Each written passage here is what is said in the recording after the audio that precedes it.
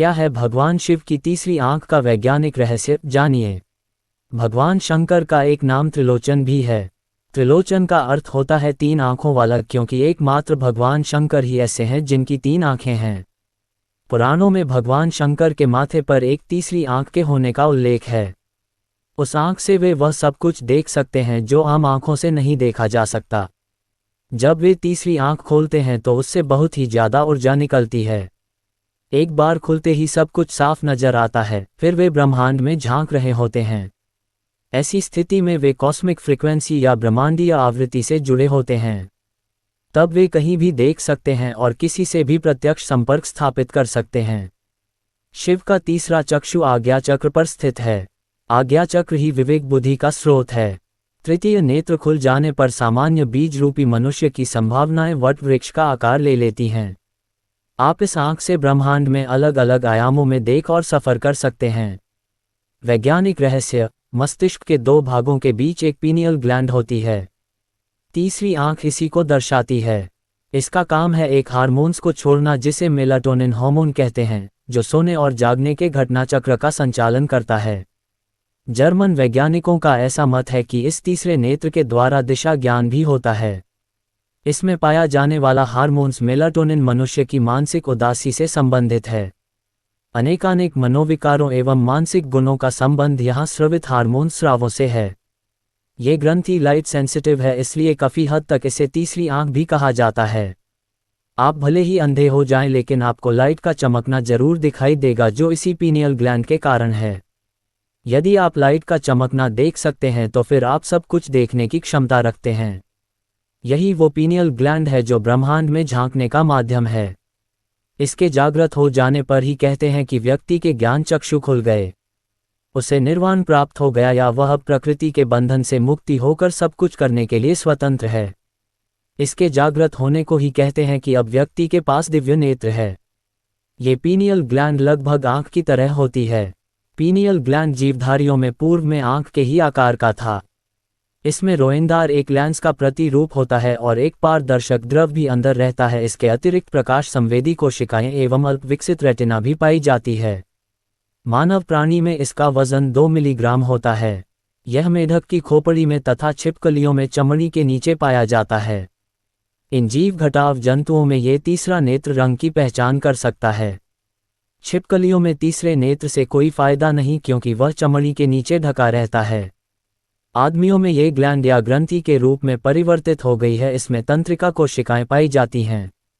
ग्रंथि की गतिविधि गड़बड़ होने से मनुष्य जल्दी यौन विकास की दृष्टि से जल्दी परिपक्वता को प्राप्त हो जाता है। उसके जननांग तेजी से बढ़ने लगते हैं। यदि इस ग्रंथि में हार्मोन की मात्रा बढ़ जाती है तो मनुष्य में बचपना ही बना रहता है और जननांग अविकसित रहते हैं। भगवान शिव को कैसे मिला तीसरा नेत्र? महादेव ने बताया था माता पार्वती को इसका रहस्य। मान्यता है कि जब जब भोलेनाथ रौद्र स्वरूप में आते हैं और सृष्टि विनाश की ओर बढ़ती है, तब तब भोलेनाथ की तीसरी आंख खुलती है। लेकिन त्रिलोचन को ये तीसरा नेत्र कैसे और क्यों मिला, आइए जानते हैं।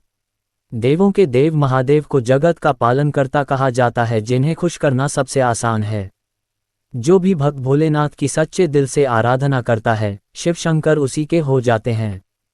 महादेव दयालु हैं, करुणा से भरे हैं। लेकिन भोलेनाथ एक और रूप भी है। जब वह रौद्र स्वरूप में आते हैं तो पूरी सृष्टि में हाहाकार मच जाता है। उनके इसी स्वरूप के चलते उन्हें रुद्र के नाम से भी जाना जाता है। जब भी भगवान रौद्र स्वरूप में आते हैं तो उनकी तीसरी आंख खुलती है। लेकिन क्या आपको इस तीसरी आंख का रहस्य पता है?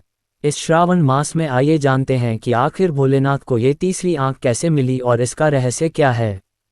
शास्त्रों के मुताबिक जब जब सृष्टि पर संकट आता है, अत्याचार बढ़ता है, विनाश करीब आता है, तब तब भोलेनाथ की तीसरी आंख खुलती है। इस दौरान भोलेनाथ अपने रौद्र स्वरूप में होते हैं। भोलेनाथ की ये तीसरी आंख उनके दोनों भौहों के बीच में ललाट पर नजर आती है, जिसकी वजह से वह त्रिनेत्रधारी और त्रिलोचन के नाम से भी जाने जाते हैं। कहा जाता है कि अपनी तीसरी आंख से महादेव वो सब कुछ देख सकते हैं जो आमतौर पर नहीं देखा जा सकता। महादेव का तीसरा नेत्र क्या देता है संकेत? उनके तीनों नेत्रों में भूतकाल, वर्तमान और भविष्य समाया हुआ है। मान्यताओं के मुताबिक ये तीन नेत्र स्वर्गलोक, मृत्युलोक और पाताललोक भी दर्शाते हैं। महादेव की तीसरी आंख एक खास संकेत भी देती है।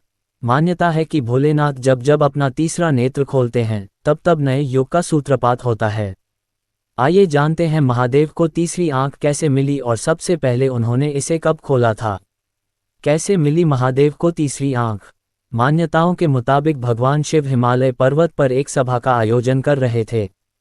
तभी अचानक माता पार्वती वहां पहुंची और शिव जी की दोनों आंखों पर हाथ रख दिया। ऐसा करते ही पूरी सृष्टि में अंधेरा छा गया। सूर्य की रोशनी खत्म हो गई और चारों ओर हाहाकार मच गया। जीव जंतु इधर उधर भागने लगे। सृष्टि तेजी से विनाश की ओर जा रही थी। धरती के पालनकर्ता भोलेनाथ ये दशा देखी नहीं गई और उनके ललाट पर ज्योतिपुंज प्रकट हुआ। इस ज्योतिपुंज के खुलते ही पूरी धरती में फिर से रोशनी हो गई और सब कुछ पहले की तरह सामान्य हो गया। इसी ज्योतिपुंज को महादेव की तीसरा नेत्र कहा गया। बाद में माता पार्वती ने जब भोलेनाथ से तीसरे नेत्र का रहस्य पूछा तो उन्होंने बताया कि उनके नेत्र जगत के पालनहार हैं। ऐसे में अगर वह तीसरा नेत्र ना प्रकट करते तो सृष्टि का विनाश तय था।